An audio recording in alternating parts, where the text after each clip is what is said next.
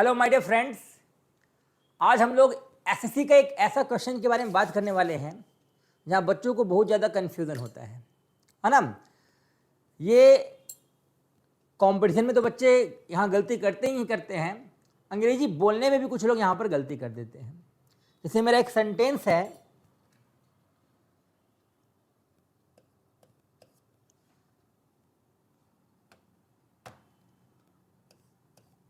I have been knowing him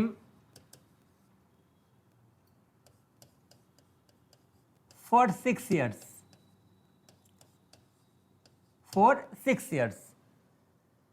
जहाँ तक since for की बात है तो बच्चे समझते हैं कि सिंस फॉर जो है वो प्रेजेंट परफेक्ट कंटिन्यूअस के लिए होता है ना।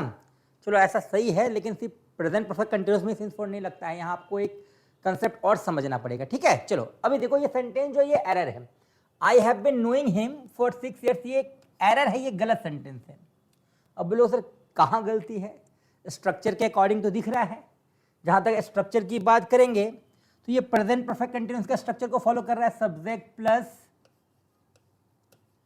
हैव और हैज, उसके बाद हम लोग बिन लेते हैं, बिन के बाद V4 ही आता है, उसके बाद ऑब्जेक्ट, देन सिंस चाहे फॉर, उसके बाद हम लोग टाइम लेते हैं।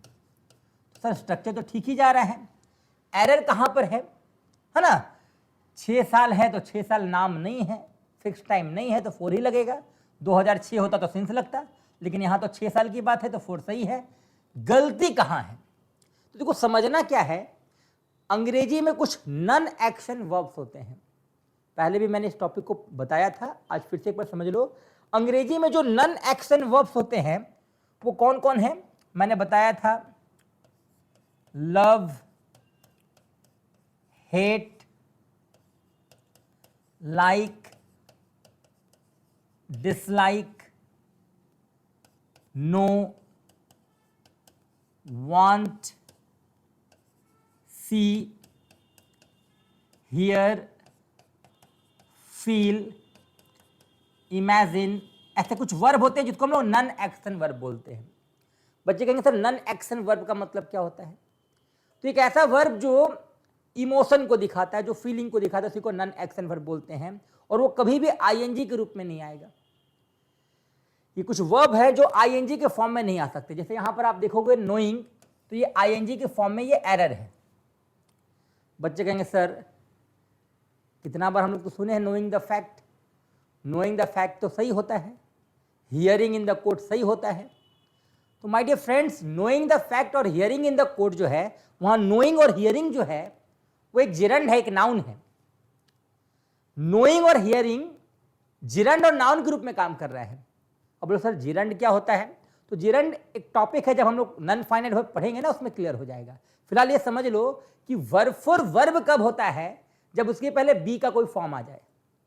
वर्ब फॉर वर्ब कब होता है? जब उसके पहले बी का कोई फॉर्म आ जाए। बी समझ रहे हो? बी का ही इज़ेमार फॉर्म होता है। बी का फॉर्म क्या होता है? वाज वर होता है। तो याद रखना है ये जो शब्द मैंने अभी लिखा है बोर्ड पे, ये जो वर्ब लिखा है, ये अपने पहले अगर बी के किसी भी रूप को ले ले, जैसे यहां पर बी का फॉर्म क्या है? बिन है। आई एम नोइंग, नोइंग के पहले क्या आ गया? एम आ गया। आई वॉज नोइंग, फिर नोइंग के पहले क्या आ गया? वॉज आ गया। आई शैल बी नोइंग, देखो फिर नोइंग के पहले बी आ गया। तो नोइंग के पहले अगर बी का कोई भी फॉर्म हो, चाहे बिन हो, बी हो, इज़ेमार हो या वाजवर हो, तो निश्चित तौर पे वो इज़ेमार वाजवर बी जो है बगल वाले को वर्ब बना देता है। बगल वाले को क्या बना देता है? वर्ब बना देता है। और नॉन एक्शन वर्ब वही होते हैं जो अपने साथ आईएनजी का फॉर्म नहीं लेते हैं। जैसे लविंग जो है अकेले सही है माई लविंग फादर भी सही है, लेकिन अगर मैं ये बोलूँ आई एम लविंग तो ये गलत हो जाएगा।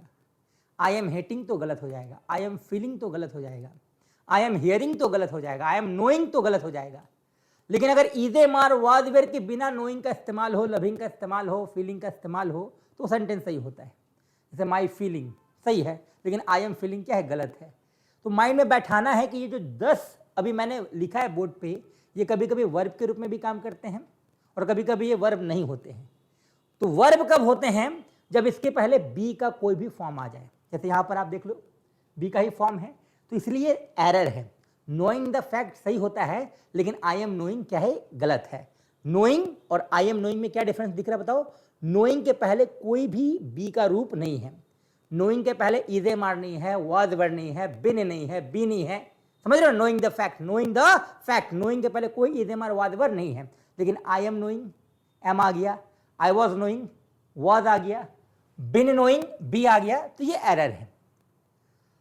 अब एरर तो समझ में आ गया तो फिर से बताना, अगर मैं सिर्फ लविंग बोलूं तो ये गलत नहीं है, आई एम लविंग गलत, हेटिंग गलत नहीं है, फीलिंग गलत नहीं है, आई एम फीलिंग गलत है, क्योंकि फीलिंग के पहले बी का रूप आ जाता है।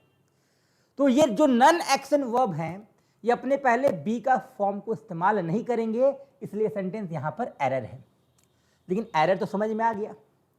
आज के बाद मैं बोलूंगा आई हैव बिन लविंग, तो आप बोलो सर एरर है। आई हैव बिन हेटिंग, तो एरर है। I have been feeling, error है। I have been knowing, error है। I have been liking, error है। I have been hearing, error है। बट राइट सेंटेंस क्या होगा? सवाल ये है। एरर तो समझ में आ गया, बट इसका राइट सेंटेंस क्या होगा? तो तुमको समझना होगा हर टेंस का कुछ ना कुछ रिप्लेसमेंट होता है, कुछ कुछ उसके जगह पे हम लोग यूज कर सकते हैं। जैसे अगर हम बोलेंगे आई कैन स्पीक, मैं बोल सकता हूं, आई कैन स्पीक। अब इसका रिप्लेसमेंट हम लोग बोल सकते हैं I am able to speak, I am capable of speaking. समझ रहे हो ना? तो हर सेंटेंस का, हर टेंस का कुछ ना कुछ रिप्लेसमेंट होता है। तो प्रेजेंट परफेक्ट कंटिन्यूअस का रिप्लेसमेंट क्या है, ये थोड़ा हम लोग समझ लेते हैं। प्रेजेंट परफेक्ट कंटिन्यूअस का रिप्लेसमेंट क्या है? चलो, एक सेंटेंस है, जैसे अगर मैं सेंटेंस बोल रहा हूं कि मैं धनबाद में 10 सालों से पढ़ा रहा हूं, मैं धनबाद में 10 सालों से पढ़ा रहा हूं। समझना आप, यहां 10 सालों से आ गया, मतलब जहां से का सेंस है टाइम के साथ से आ जाए तो वो प्रेजेंट परफेक्ट कंटिन्यूअस होता है। तो मैं सेंटेंस बोल रहा हूं मैं धनबाद में 10 सालों से पढ़ा रहा हूं, निश्चित तौर पे ये प्रेजेंट परफेक्ट कंटिन्यूअस है। और अगर हम ये बोले कि मैंने धनबाद में 10 साल पढ़ाया है, मैंने धनबाद में 10 साल पढ़ाया है, तो ये प्रेजेंट परफेक्ट है। मैंने धनबाद में 10 साल पढ़ाया है। चलो एग्जाम्पल से समझते, बहुत मजा आने वाला है सेंटेंस में। तो अगर मैं सेंटेंस लेता हूं कि आई हैव बिन टीचिंग, है ना, at Dhanbad, I have been teaching at Dhanbad, time ले लेते हैं, फॉर 10 years। और हमारा दूसरा जो सेंटेंस है, आई हैव, टीच का वर्ब 3 क्या होता है? Taught, taught at Dhanbad for 10 years। दोनों का हम लोग सेंस पहले पकड़ते हैं। मैं धनबाद में 10 सालों से पढ़ा रहा हूं, निश्चित तौर पे मन करेगा तो आगे भी पढ़ाएंगे, कोई इसमें संदेह नहीं है। मैं धनबाद में 10 सालों से पढ़ा रहा हूं। आप इस सेंटेंस को अभी के अकॉर्डिंग लोगे ना, फ्यूचर के बारे में कौन जानता है? हो सकता है कि कल से पढ़ाने का मन ना हो सकता है कहीं बाहर चले जाएं, हो सकता है पढ़ाई ही बच्चों को अच्छा ना लगे, है ना? तो कहने का सेंस क्या है? मैं फिलहाल अभी की गारंटी लूँगा। मैं धनबाद में 10 सालों से पढ़ा रहा हूँ, मतलब 2023 है, यानी 2013 से पढ़ा रहे हैं। और अगर हम ये बोले कि मैंने धनबाद में 10 साल पढ़ाया है, आज का ही तो बात हो रहा है ना, मैंने धनबाद में 10 साल पढ़ाया, यानी मैं जब आज बोल रहा हूँ तो आज से ही 10 साल बोलूँगा, यानी यहाँ पर भी सेंस वही है, 2013 से भी तक मैंने 10 साल दिया धनबाद में। तो दोनों का सेंस तो करीब करीब सेम हो रहा है ना। समझ में आ रहा क्या बोल रहे हैं? अगर हम बोलें कि सीता 3 सालों से चाय बना रही है, 3 सालों से चाय बना रही है, थोड़ा महंगा चाय होगा उसका, ठीक है? तो सीता 3 सालों से चाय बना रही है, हो सकता है आगे भी बनाएगी, लेकिन मुझे तो अभी की गारंटी लेना है ना, आगे का मुझे क्या पता, हो सकता है चाय बनाना छोड़ दे। तो मैं अभी की गारंटी लूंगा कि सीता 3 सालों से चाय बना रही है, मतलब वो 2020 से चाय बनाना शुरू की। और अगर हम ये बोले कि सीता ने 3 साल चाय बनाया है, यानी मेरे बोलने के टाइम तक उसने यहां 3 साल दिया है, यानी यहां भी 2020 का ही सेंस है। तो हमेशा याद रखना है प्रेजेंट परफेक्ट कॉन्टिन्यूअस का जो रिप्लेसमेंट होता है ना, वो प्रेजेंट परफेक्ट होता है। हमेशा याद रखना प्रेजेंट परफेक्ट कॉन्टिन्यूअस का जो रिप्लेसमेंट होता है वो प्रेजेंट परफेक्ट होता है, क्योंकि दोनों का सेंस करीब करीब उस समय के लिए सेम होता है। आप फिर से सेंटेंस देख सकते हो, I have been teaching at Dhanbad for 10 years, मतलब मैं 10 सालों से धनबाद में पढ़ा रहा हूं, आगे मुझे पता नहीं है, लेकिन मैंने 10 साल धनबाद को दिया है। सेंस वही है, I have taught at Dhanbad for 10 years, मैंने धनबाद में 10 साल पढ़ाया। ध्यान से समझना, आई हैव टॉट, मैंने धनबाद में 10 साल पढ़ाया है और मैं धनबाद में 10 साल से पढ़ा रहा हूं। करीब करीब प्रेजेंट परफेक्ट कंटीन्यूअस का सेम प्रेजेंट परफेक्ट से मिलता है। हमेशा याद रखना, अगर ये 10 non action verb present perfect continuous में आ जाते हैं तो वो एरर होते हैं, और प्रेजेंट परफेक्ट कंटीन्यूअस का रिप्लेसमेंट क्या होगा, तो प्रेजेंट परफेक्ट होगा। तो सही सेंटेंस क्या हो जाएगा, प्रेजेंट परफेक्ट का स्ट्रक्चर तो आपको पता ही होगा, subject plus have has plus V3 plus object. तो निश्चित तौर पे ये नॉन एक्शन वर्ब था, इसके पहले बी का रूप था, ये एरर है। ये 10 वर्ब आपको याद रखना है। तो अब ये एरर है, तो इसका राइट सेंटेंस किस टेंस में होगा, प्रेजेंट परफेक्ट में होगा। तो राइट सेंटेंस क्या हो जाएगा, आई हैव, नो का वर्ब 3 नोन होता है, आई हैव नोन हिम,